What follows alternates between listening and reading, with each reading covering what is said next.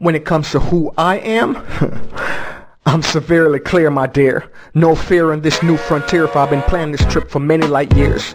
You had your World War I and the universe watches.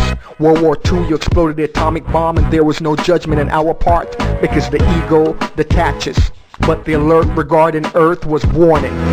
The kids have found the matches. We need a team to go down to this land of extreme natural beauty. But be careful when you enter Babylon, for they will slaughter you for less than rubies.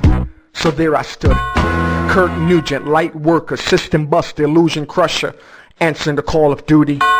They said, light worker, we greet you with glad tidings, but in your previous lives you've been murdered many times simply for your writings. And your mission today, it's not as easy as it seems. You see, your clarity is now pristine, but before your insertion, your memory will be redeemed. And up in your arrival, you'll be wiped clean. The vibration of Earth is dense, the frequency low. So stay grounded in light wherever you go. The illusion is so thick, it's ridiculous. Even the so-called food was manufactured to make you sick. Everything is backwards in this twisted reality. The justice system is built up on inequality. Lawmen dressed in uniforms of brutality. Schools destroy education, doctors destroy health, and religion destroys spirituality. The leaders were placed there by puppeteers who don't care. So they instructed them on how to be cavalier in the way that they smear and scare. The planet is covered in fear, engineered to leave you so unclear that you could be enslaved with light beers and empty careers. Fail to recall your mission and you could easily become a pioneer trapped in third density for 26,000 years. This is not an easy mission. You're going to need a way to regain your memory fast. So even though it will make you an outcast, we suggest you choose at least one parent who's blinded by religion, because you're going to need a contrast. Everything's a test. Ignore the chorus, stay focused and manifest the best. Every division is an illusion set up to ensure your confusion. You see, you're a part of everything, and everything is a part of you. So there's no race, no religion, no politics, no sexual preference that should ever divide you. You are one. And the minute you participate in judgment, you hit the pavement with your enslavement. Most of the planet will operate in 2 strands of DNA. You will have the ability to operate in 12. But the only way you can do this is to make sure that the ego yields to the higher self. Calmly I replied, with the power of the Trinity, I will transcend much energy. I know what's ahead of me. I understand that thoughts create reality. And I've stood on the zenith and seen it. Victory is ours and I'm going to redeem it. So insert me under the sign of Scorpio so that I can transcend from Scorpion to Eagle to Phoenix. They said, Kirk, inserting you directly into Babylon is far too dangerous. We will place you with a different team so that you won't be neutralized immediately upon hitting the scene. We'll start you off in Jamaica. Make your way to Babylon shortly after you turn 15. By the time your immune system will be strong enough to resist the poisons of their vaccine. Your guidance system will be the chakra of the heart. Your mission is simple. Shine light into the dark. If your religion is anything other than love, you will miss the mark. And if you get caught up in the divisiveness, you will be absorbed by the dark. Forgive and forgive quickly. That is your only path. And whatever you do to a single human being, that karma you will eventually have to marry. In other words, the love that you withhold is the pain that you will carry. You could easily get trapped in third density. So let the words I am guide you back to your true identity. And when you come to a fork in the road and you're confused how to make the call, ask yourself, is this decision serving my ego or is it serving the highest good of all? Be conscious of your intentions in everything that you do. And remember, you don't have to attend every argument that you're invited to. Love will be the greatest asset of them all. Attraction will be your strength, resistance your downfall. Your emotions are linked to a magnetic tower. So whatever you love, you empower. Whatever you empower, you will establish. Show the planet how to unclench their fists and establish bliss. However, you're there to teach, not to insist. Your heart chakra is divine guidance and should never be dismissed. And it's always easier to remove your attention than it is to resist. So as you can see, there's never a reason to be pissed. You're being sent to stand out, so don't try to fit in. And when you need to commune with God, that's when you quietly go within. And you will know that you've missed the mark once you start seeking Him in a building. In this twisted system, you could easily make yourself a victim. Remember that your power ends where your fear begins. So let spirit be your guide. Let spirit give you the words to write. Keep your eyes focused solely on the good. You're there to understand, not necessarily to be understood. So don't try explaining yourself at any given length. Instead, go to nature whenever you feel emotionally spent. Avoid the noise, and silence will be your strength. Trust your feelings in everything that you do. You're being divinely guided, so to thine own self be true. Everyone is a teacher. They're neither friend nor foe. So never be offended. Being offended is a weakness of the ego. Godspeed, light worker. Second wave of the ground crew. May the light surround you. May the force be with you. And as I turned to leave the room, I noticed that you were there too. Yes, you who are listening to this poem, you who are reading these words, you were right there next to me, being instructed on the protocols of third density, being reminded of your mission and its intensity. So it doesn't make sense to me to see you living here in confusion, buying into the illusion, having your ego making the decisions, doubting your transmission, not trusting your intuition. You're a god filled with inhibitions. So my question is, light worker, have you forgotten your mission?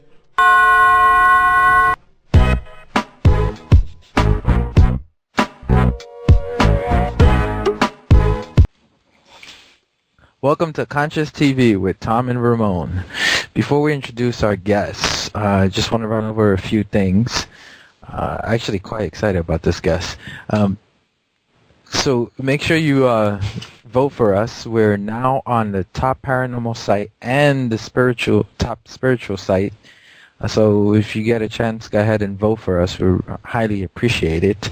And it's just one of those third dimensional pride things for us, you know. Get us up there, guys. Come on. And also don't forget to donate. We don't charge for our archives or to listen to the show, and this does come out of pocket. So you can help us out for those who need to listen to the message and can't help us. So you actually are helping pay for the next show. We really appreciate that. Make sure you check out our video links. Me and Tom are always posting new video links, and also in the news, we're always trying to find news that's very important to you and to us, and we post it up. For example, the stuff with the Wisconsin police joining the protesters, a Japanese car that runs pure on water, the indigenous Ecuadorian woman who humbles the U.S. oil giant. Very important stories. I mean, we're always talking about how to change from this old paradigm to a new one. And speaking of, make sure you check out our new paradigm page where we have heirloom seeds. We have a list of water bottles that doesn't have any crap in it. And check that out. And check out our forum as well. If you have questions for our guests or anything like that, please feel free. And we have a list of guests at the bottom. Tom? Well, tonight we have an amazing speaker. For almost 10 years, Kirk Nugent has served as a catalyst for change, success. Oh, excuse me. Oh, Hank, how about we just go? This guy. You know, when I first heard this guy, I was hooked, and I could not. I was going to read this whole bio thing that we have here, but I just threw that out the window. He's started as a poet, working in some little stand-up clubs, open mic stuff, and it went. He's kind of skyrocketed from there. And this guy is. As soon as I heard him, Ramon and I said yes, we got to have him because he is right in line with our thinking here. So. And you just heard the part 3 that this is pre-recorded, so we're gonna add it in later. Yeah, Kurt, welcome to the show. Welcome to the show. Thank you, Tom and Ramon. And Tom, I am so grateful that you didn't read my bio because that's again third-dimensional stuff. But when you spoke about me, you spoke from your heart, and that's more important. Because even when I go on stage, I always say, forget about a bio because no one really cares until after you start touching them. So I really appreciate that, and thank you for having me on the show. I'm very grateful. Absolutely. So, like we were talking, Ramon and I, Ramon actually sent me a link to your video, And as soon as I heard that, I was like, wow, this guy is right in line with what's really going on in the world. I gotta give thanks to Jenna Elf. She was the one who posted it on Facebook the first time I saw it, and I gotta say that the part 3 out of all of them was the one that hit me the hardest, because you actually helped clear something up for me. Unintentionally, you help heal an old wound, and like many of us, we have issues where our parents, especially with the dad, sometimes not being around, and that part where you talk about how the contrast, because my dad's a religious fanatic, very hardcore Baptist, and very narrow-minded in his view. So when you said that, I said, oh shit, that's it. You cleared it right up, and he was like, he's right. So I just gotta say thank you. If it wasn't for your dad and that contrast, it probably would have taken you longer to get on the spiritual path. It's the same thing. My mom, very religious, very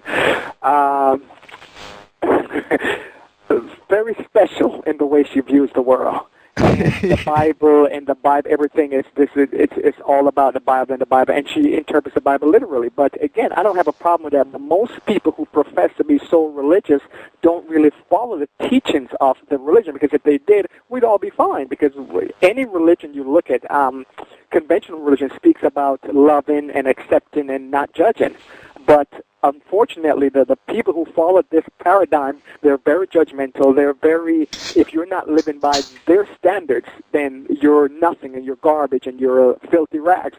So that contrast made you so upset that you said, you know what, there has to be a different way. There has to be a better way. And that was the catalyst for you started searching and seeking to grow in your spiritual path. So I'm sure you and your dad had a soul contract where he said, listen, I'm going to come here, I'm going to be a pain in the butt, and this will trigger something in you to be much better than I could be.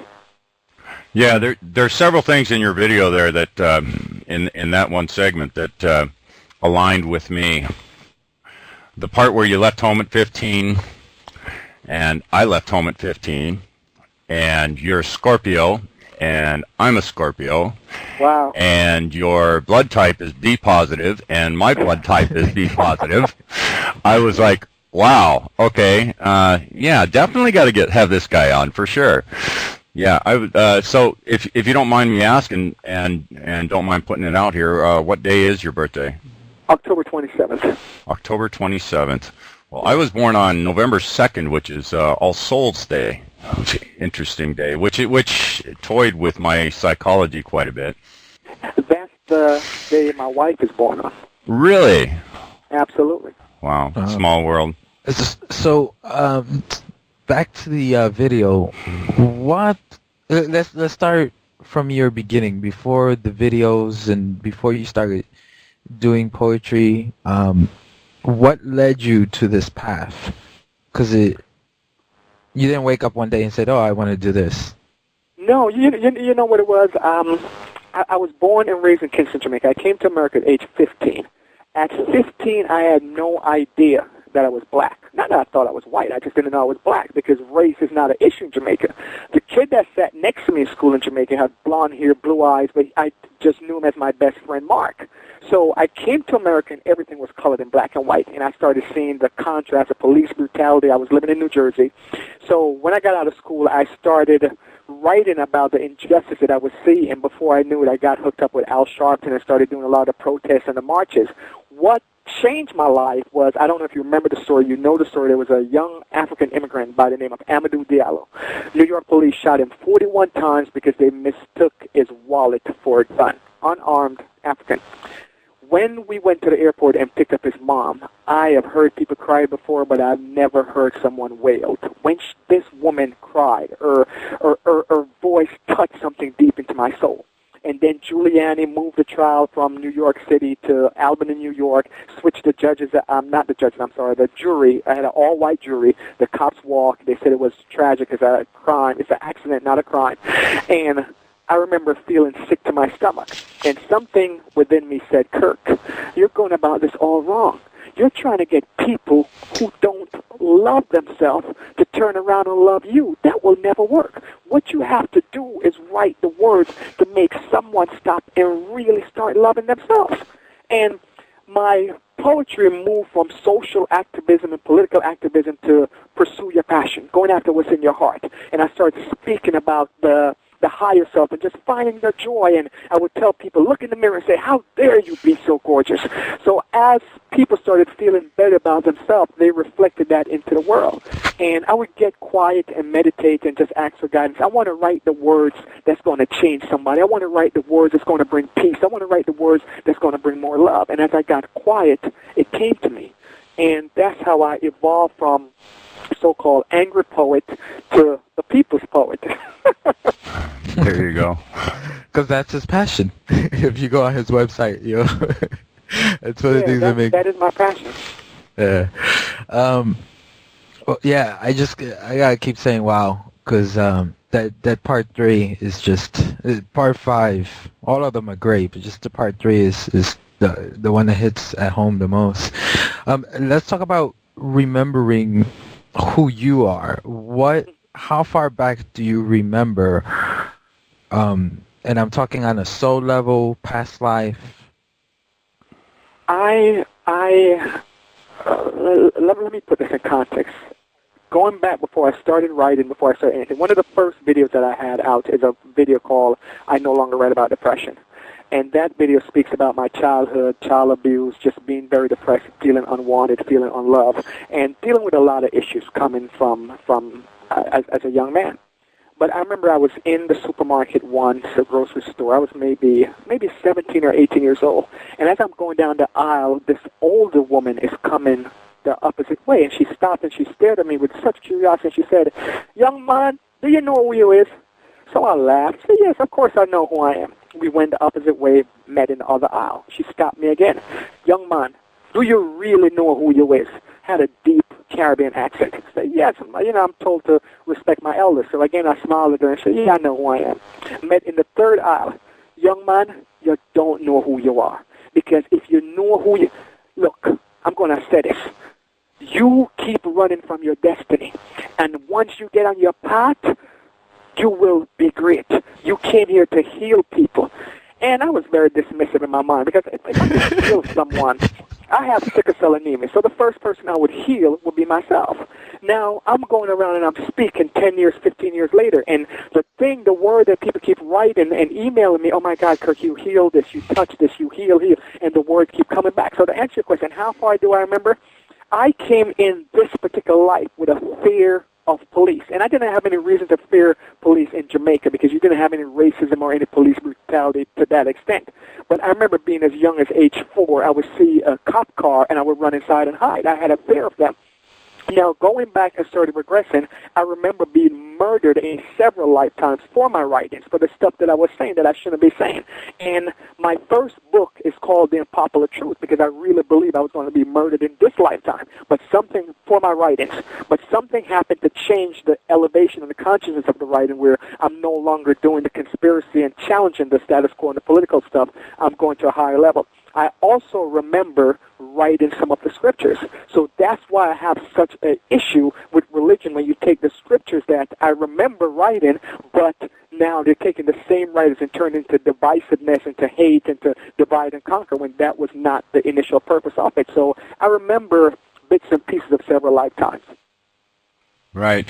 You also talk about being in the second wave. Okay, the second wave, the way, and again, I just came into this information, and the reason why that makes sense, the second wave, was something I heard Dolores Cannon say very recently, last October 2010. And when she said it and spoke about the second wave, it just made so much sense. Because she spoke about the first wave were people who came in after we exploded the atomic bomb. There was a consensus in the universe that, okay, the kids have found the matches. We have to do something to kind of curb this before they blow themselves up. So the first wave were souls that came in very highly conscious, and when they came here, the contrast was too much for them. They didn't understand the brutality, the injustice, the greed, the whole system that was ego-driven. So they were very depressed, and they didn't want to be here. The second wave came in right around the time when we were born in the late 60s, early 70s. That's when the second wave actually came in. And they were more adapted to the environment, but at the same time they had certain things. Like usually they're born under a fixed sign, such as Scorpio. Usually they don't try to accumulate a lot of karma, so they're loners. They usually don't have a lot of kids, maybe one, usually none, because they don't want to build a lot of karma. And they're very purpose-driven. They know that they're here for something more than themselves, so they're not really consumed with their life. So there was a lot of other stuff that she said that just fit perfectly in the puzzle of who I am, because for a long time it didn't make sense. So I identified with this second wave and said, well, let me put this out there, because the stuff that I write is not really, because usually in my videos I'll say, for those who understand, no explanation is necessary, but for those who don't, none will suffice. And the reason why I say that is I'm not making these videos and these poems to convince you, Tom or Ramon, of anything. What I'm doing is, if you have this idea in your mind, I want to let you know you're not crazy. There's someone else out there who's thinking the same thought, so you're not alone. So that's the purpose for these videos and these ideas, is to let you know that, yeah, I'm with you, but not to convince anyone that, oh, you should come over to our path and we'll have it right, because we're learning as we go along. Well, you can't make anybody do anything. You know, you definitely can't change anybody's mind. Absolutely. A man convinced against his will is of the same opinion still. Right. A question without an answer without a question is going nowhere. Absolutely. Yeah. Oh man, it's just when you what's the feeling for those people who are just waking up, and even for those who are awake? What's the feeling when you say, "Okay, I'm plugged in now. I'm connected. This is coming from a higher source." Well, what's that feeling? So when someone's saying information, they can relate.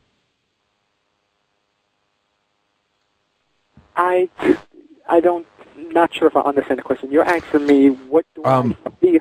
Go ahead. Yeah. What do you feel? What sensations do you feel when you? I mean, me personally, I know when I get connected. I know when I am.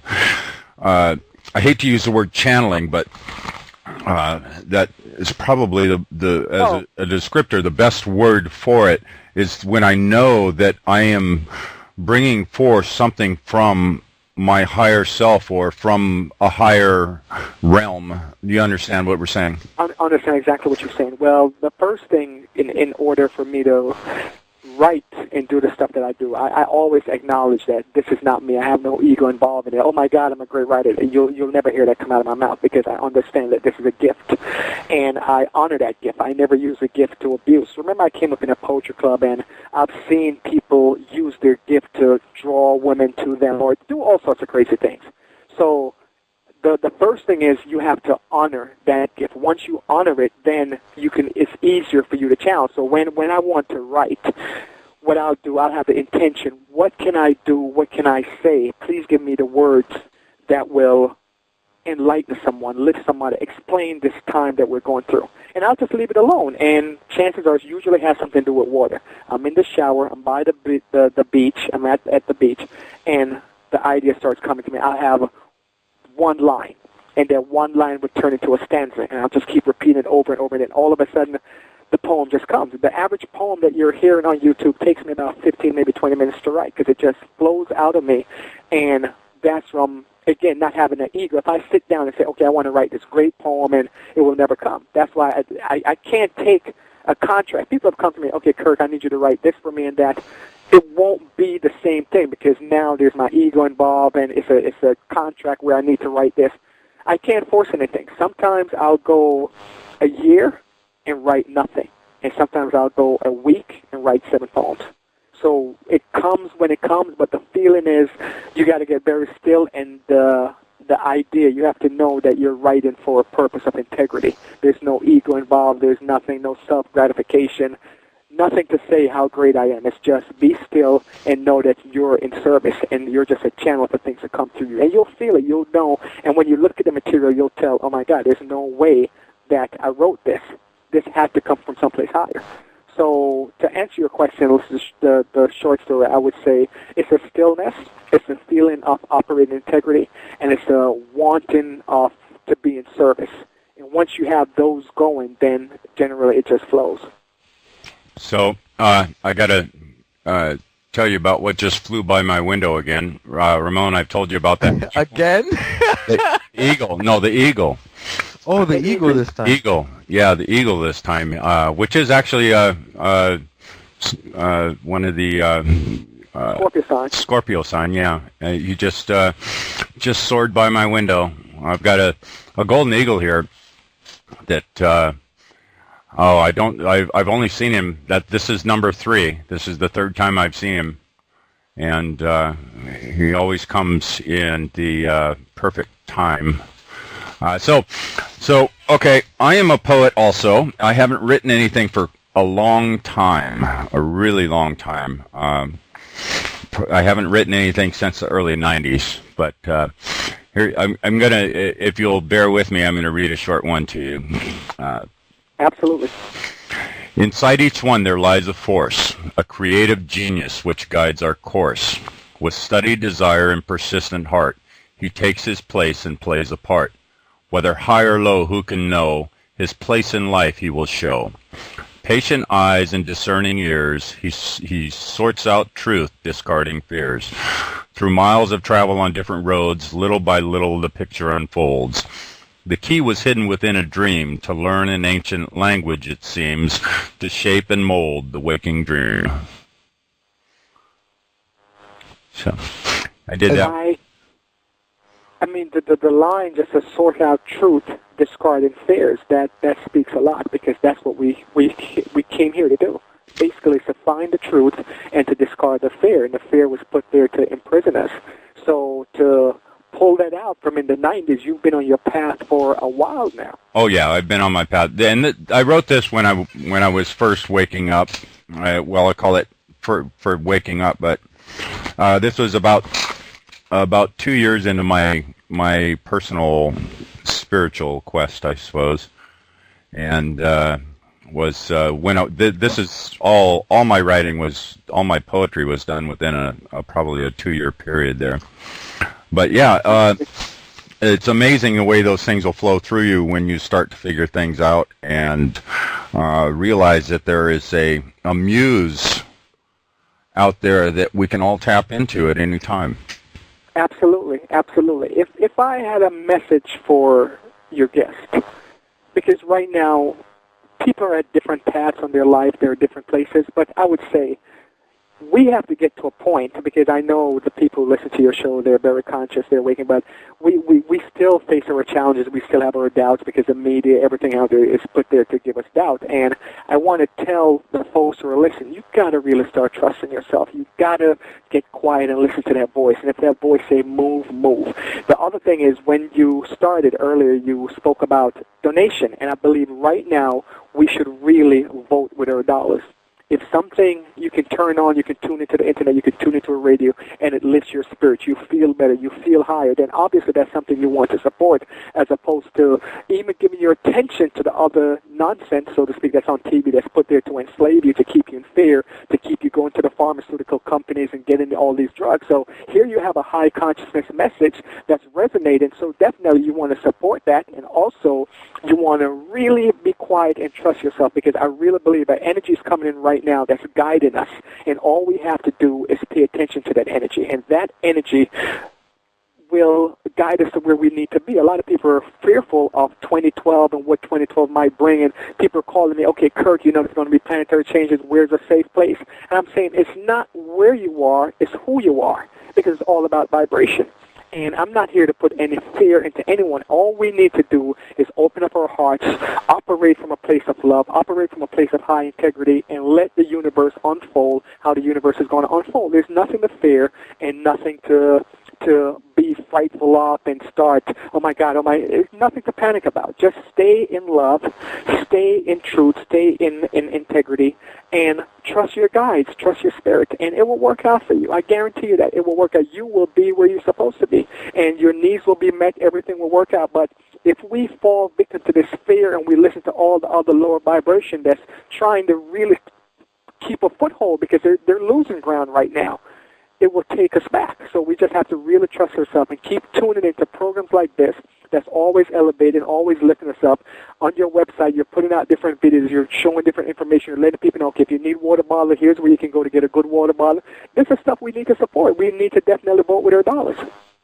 Absolutely. Absolutely. Thank you. I saw I watched a sci-fi movie, this sci-fi channel movie. It was called Area 51 or something like that. And I watched it on, somebody posted it on YouTube, and I actually watched it on YouTube, and it just kind of a curiosity on my part to see what's Hollywood pumping out now about the alien thing, and I guess I wasn't surprised at all, the horror that they try to pump out from any Space Brothers or any other life that's out there that may possibly come here or be here already. The fear that they're trying to pump out is just absolutely, I don't know, it just floors me. And it seems like they're stepping up their game to because they realize that they are actually starting to lose control. Right. If they can get enough people focused on fear, then we can manifest that fear. If we get this is the analogy that I use when I explain stuff to my son. He's 18 years old. I said, look, from my understanding of what's going on with the planetary changes and all the different energies that's coming in, we have a glass table, a coffee table, the center table, and I said to him, a bowling ball is going to fall on this table. Definitely. That's definitely going to happen. However, based on our consciousness, there could be a cushion between the bowling ball, so now instead of the glass shatter, it just cracks. Or, based on our consciousness, there could be several cushions between the bowling ball, so you feel a vibration, but nothing happened to the glass. Or, again, depending on our consciousness, we could transform that bowling ball into a rubber ball, and it bounced on the glass and bounced right off. So, again, it's still up to us. But if we focus on the worst outcome, because we know from the stuff that we're doing, our thoughts manifest, and we also know from just being sensitive to the energy that's coming into the planet right now that thoughts are manifesting a lot quicker. Before you had Monday, Tuesday, Wednesday, Thursday, Friday. Now it's Monday, Wednesday, Friday. The days are going like that. The other thing is karma. You would do something and 5 years later the karma hits you. Now karma doesn't even go around the block. Karma goes to the front door and turns right back. So everything is manifesting so quickly. So if we can take our thoughts and focus, really focus on what we want, the end result, because right now we're living with, there's 6 billion people on the planet, so we have 6 billion different realities that we're interacting with every single day, if not more, because they're different dimensions. So if we can focus on love, on integrity, on justice, on truth, and what we want for us, we want for all others, then we can manifest that, because we don't need a large number, Tom. All we need, from my understanding, is the square root of 1%, which is somewhere between 8,000 and 15,000 people. It's not a lot, and I'm sure we have the numbers already. I'm sure the numbers are on our side. So all we have to do, again, going back to what Gandhi said, is be the change that you want to see in the world. If you want justice, Exactly. be just with your neighbor. That's all. Exactly. Yeah, Ramon and I were talking the other day, and he was telling me about having, after a meditation, having a lot of energy that had built up into his body, and that he had focused that energy and pushed it into the earth, to ground it, pushed it down in the earth. And when he told me that, I was like, Ramon, you know what you really should be doing with that energy is focusing it up here above the surface of the earth and spreading that energy and that around to humanity, putting that out to into the consciousness instead of grounding it, because I kind of see it when you ground it, you're basically dissipating it. In a sense, it's going somewhere and it's doing something. But if he sends that energy out, I see that as actually doing more good than grounding it off into the planet. Our planet needs the help right now too, but we've got to have a balance there, The mere fact that he's meditating is helping, no matter what he does with the energy. The fact is that the plates are shifting, so the inner Earth could use energy as well. But at the same time, here's what we could do, the listeners, everybody, because here's something that I do as well. Just visualize, close your eyes and visualize the planet Earth, and just wrap it, the entire planet, wrap it in white light, and in nothing but love. You're seeing love, and you're seeing all this love and energy flowing in and out through the planets and through the different human beings and through the different parts of the world, and just keep focusing and having that vision, wrapping the planet in love. And I can't tell you exactly what it's going to do. I've been doing it for years. I don't know why I've been doing it. I don't know. No one ever told me this is what you should do. I just woke up one morning and just started doing it. And then when I met my wife, she said, oh, I've been doing the same thing, and she never read it anywhere, so I just figured, okay, maybe this might be of some value. And any loving, positive energy is going to help, no matter where it goes, because energy, as you know, cannot be destroyed. So it's going to go someplace and do some good and come back. You touched on something that the last 4 or 5 shows I've been discussing with every guest we've had, and one of them is the time shifting. To make a long story short, there's sometimes that I've noticed that this happens usually during a solar flare. Actually, no, it's always happened during a solar flare.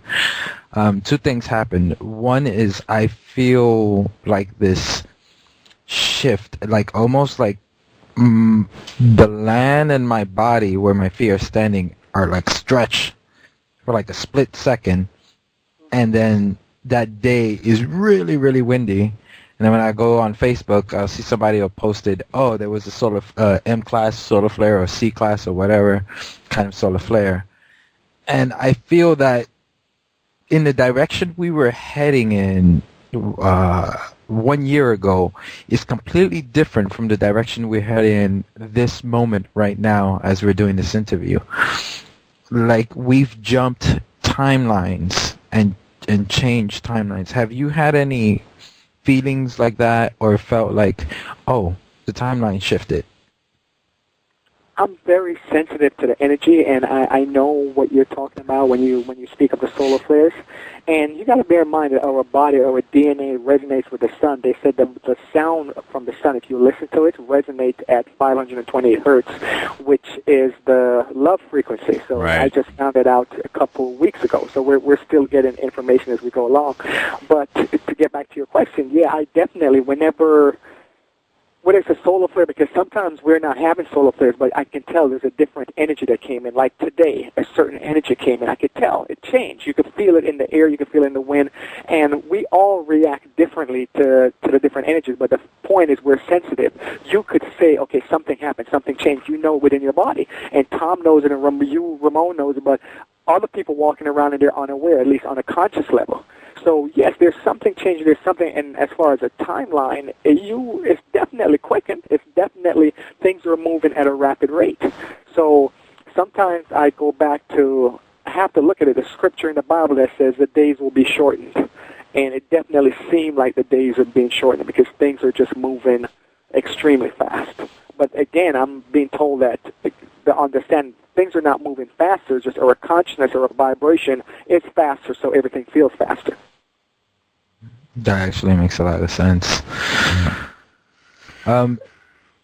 About maybe 10 minutes or 15 minutes before we call you, me and Tom were talking, and when I was about to tell him a story of a dream I had, and then I felt the same thing. So I'm wondering if you felt like a change in energy before we called you, or was it earlier? Today has been a very interesting energy day for me.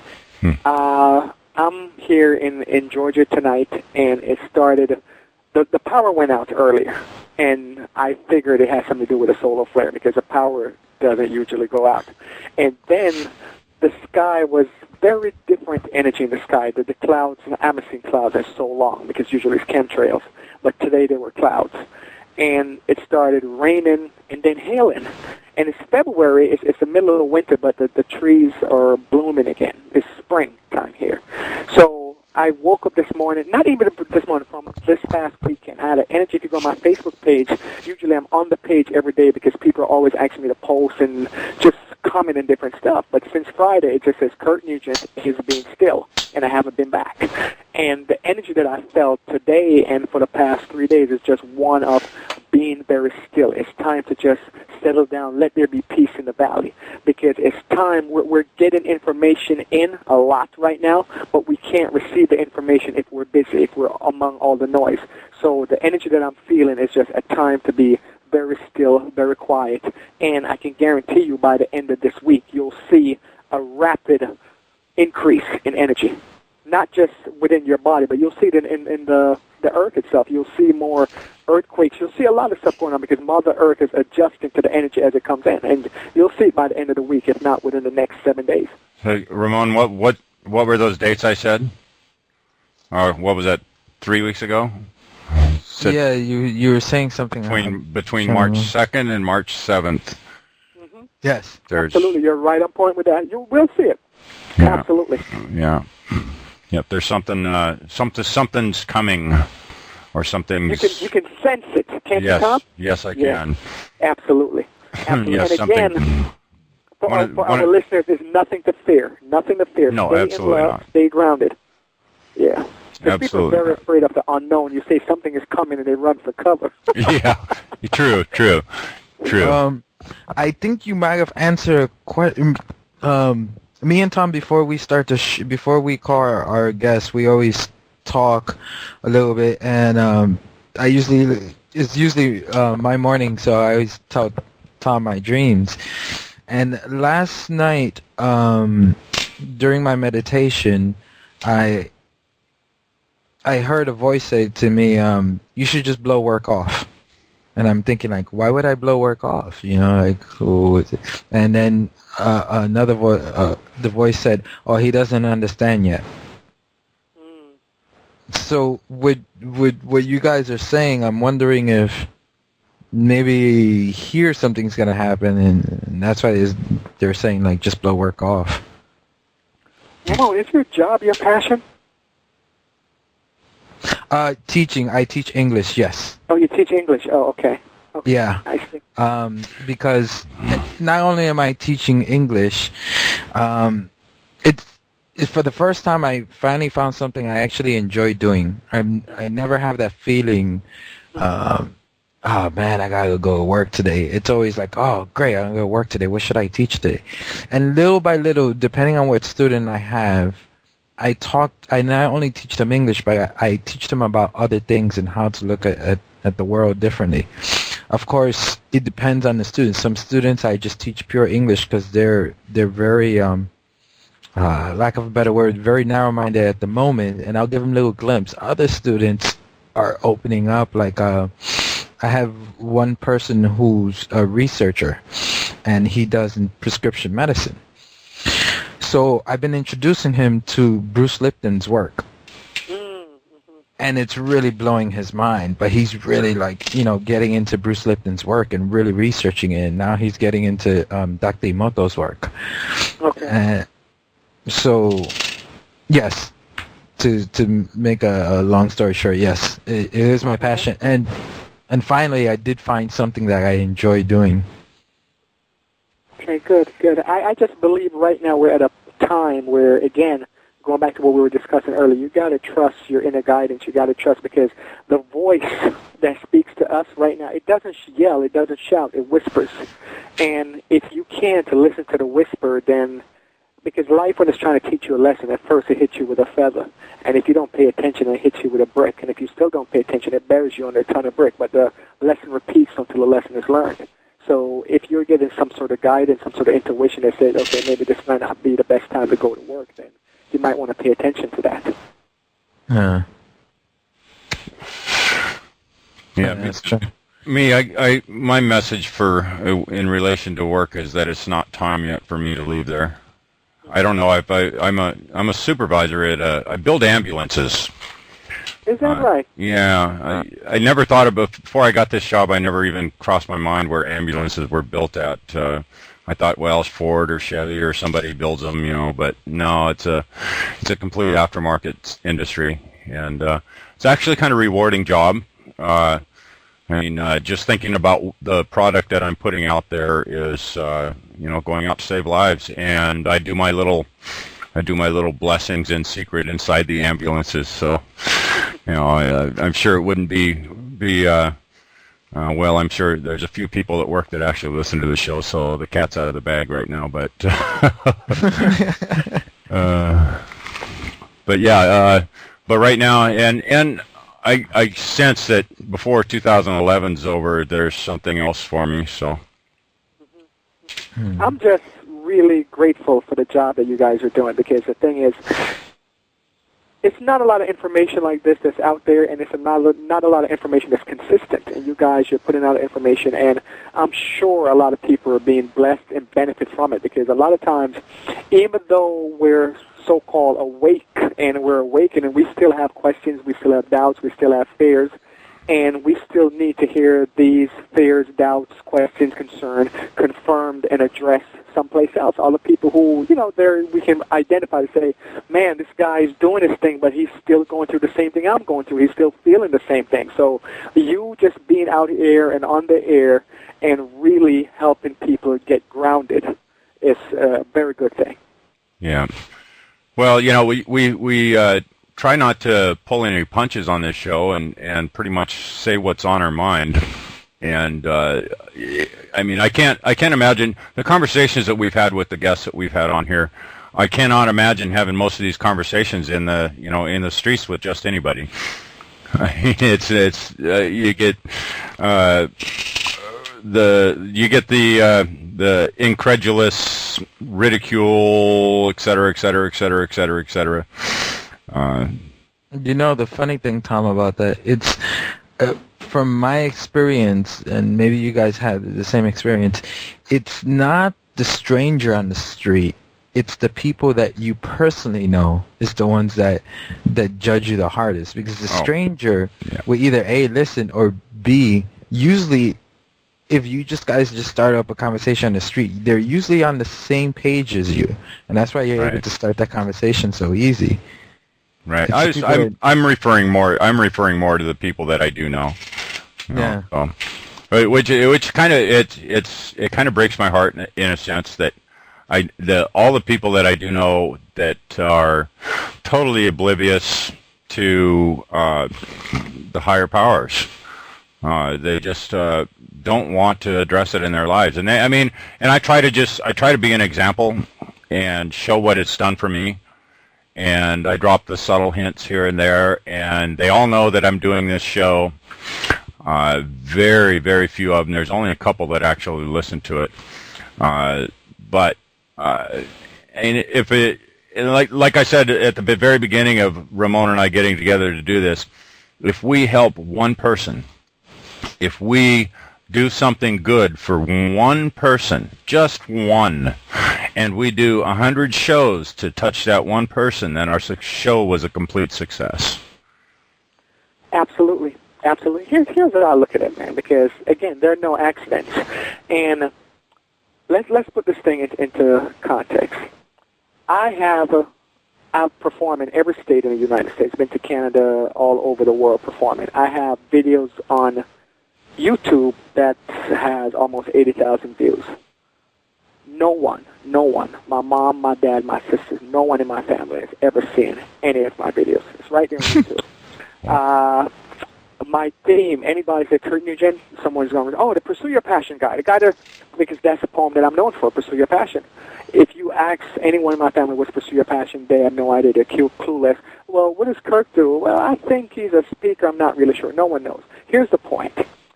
There are no accidents, and everything is in divine order, even though it seems like the world is in a state of chaos, because you got to bear in mind, we learn from the contrast.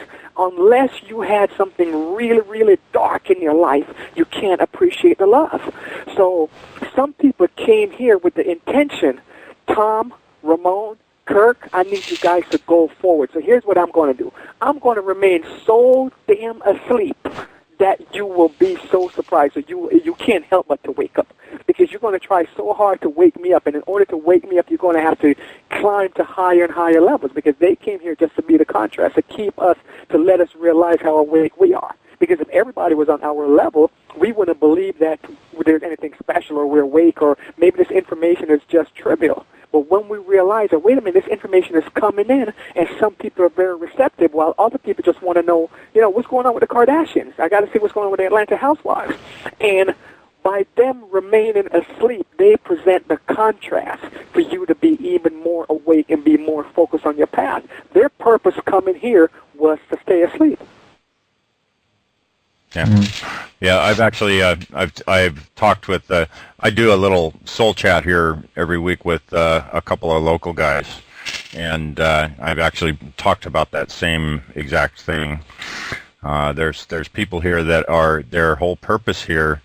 Their purpose is not to wake up at all. Their purpose is to have that conversation in the booth next to you in the restaurant that has meaning to you when you're struggling with something, or they're that band that puts out that song that has meaning to you that plays on the radio at just that right time, so. Kirk, I got the feeling, there goes the door. I'll be right back. Well, he got the feeling that somebody was coming to the door, I guess. Right, he sensed it. So we've got about 15 minutes left in our first hour here, and there is one question that we ask all of our guests is, what is consciousness? What is your definition of consciousness, and how does it affect our reality? Wow. That is an excellent question, and the 15 minutes, great. Okay.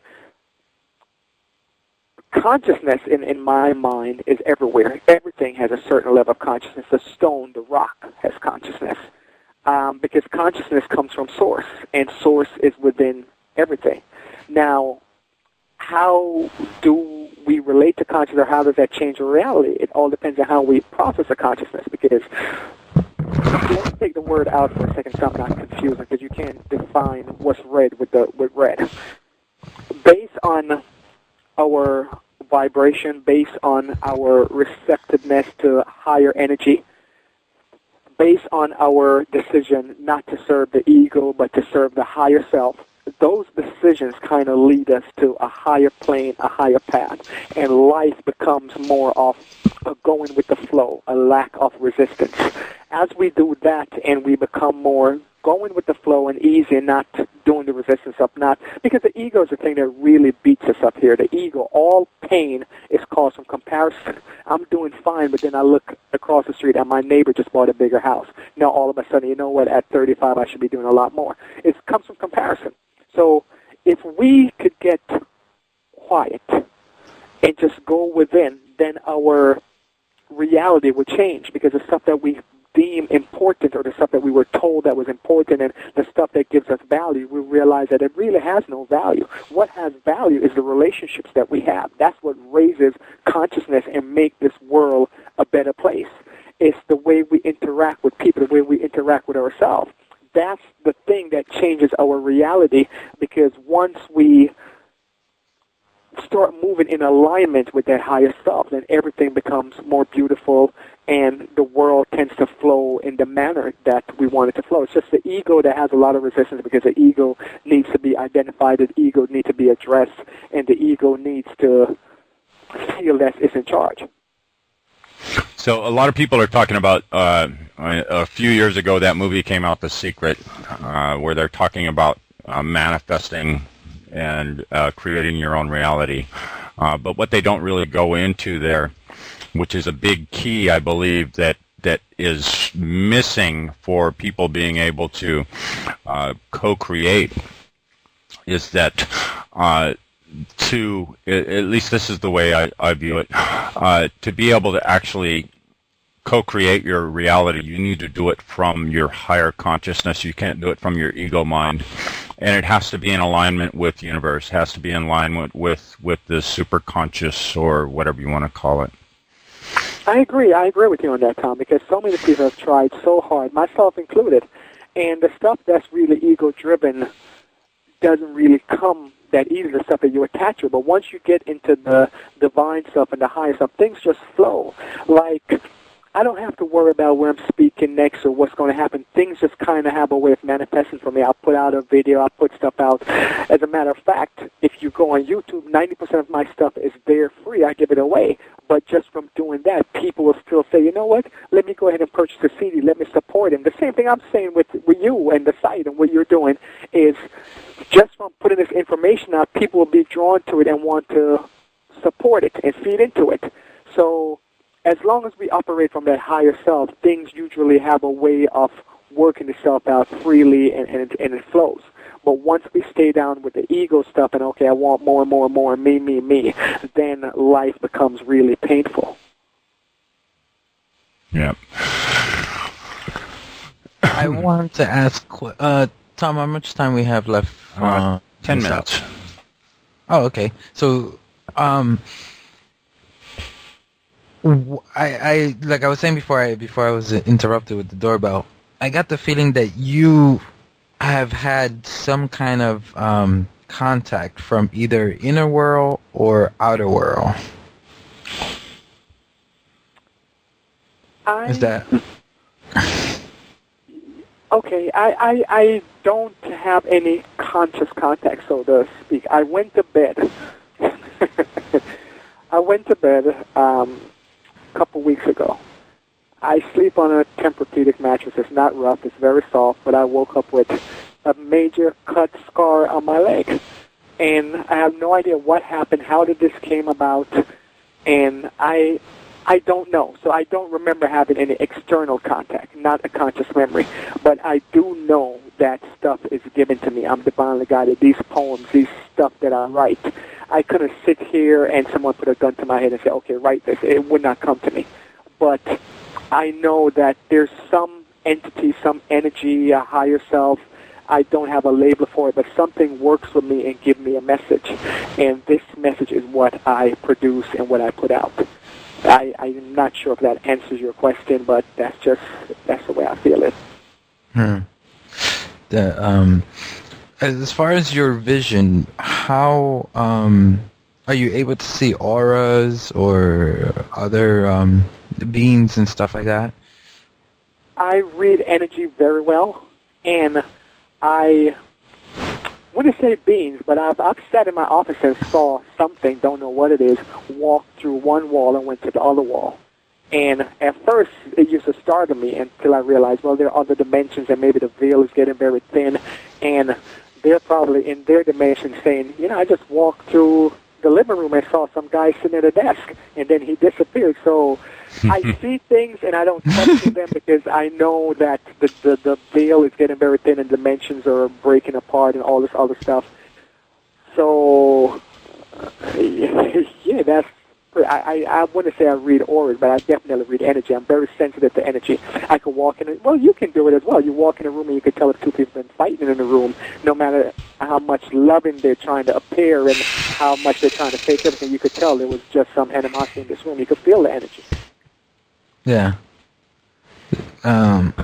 Usually when I'm trying to find out from one of my students where they're at, that's one of the things I start with is energies and how you can feel them. And they're usually like, what do you mean? I says, well, when two people argue, you walk into the room, you can feel it, right? And it's like, yeah. And I was like, well, that's what I'm talking about. Yeah.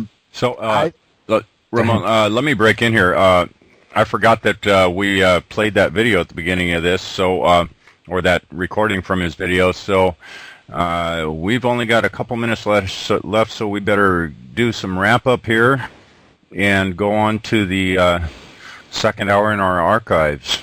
All right. So, Kurt, if you want to give out your, how can we get in contact with you, your website? Sure, absolutely. My website is Kirk, K-I-R-K, Nugent, Nugent.com. But most importantly, I have a 2-disc CD called Pursue Your Passion. And real quickly, what I do, I've been going to colleges and performing for the past 10 years, but I'm going to high school students. I want to take it to the students early. A lot of high school students, a lot of high schools, rather, they don't have a budget, can't afford to bring me. So I've been doing this on my own dime for the past 2 years. So if you could go to KirkNugent.com, click on products, and get my Pursue Your Passion CD. So 2-disc CD, $29.95, you will be helping to pay for me to travel to another school. Because if you go on the website and click on the Pursue Your Passion tab, you'll see the difference that it's making. I've had kids come to me, Mr. Nugent, here's my bullet wound. I've been shot, but now that I heard you, I came out the gang. I'm not doing drugs anymore. Just wonderful stuff that we're doing at Pursue Your Passion. So check out KirkNugent.com, click on the Pursue Your Passion link, and you'll see what I'm talking about. I have a 2-disc CD. It will definitely change your life. Appreciate it. We want to invite everybody in to listen to the second hour in the archives at conscious-tv.com. And condemnation without investigation is the height of ignorance.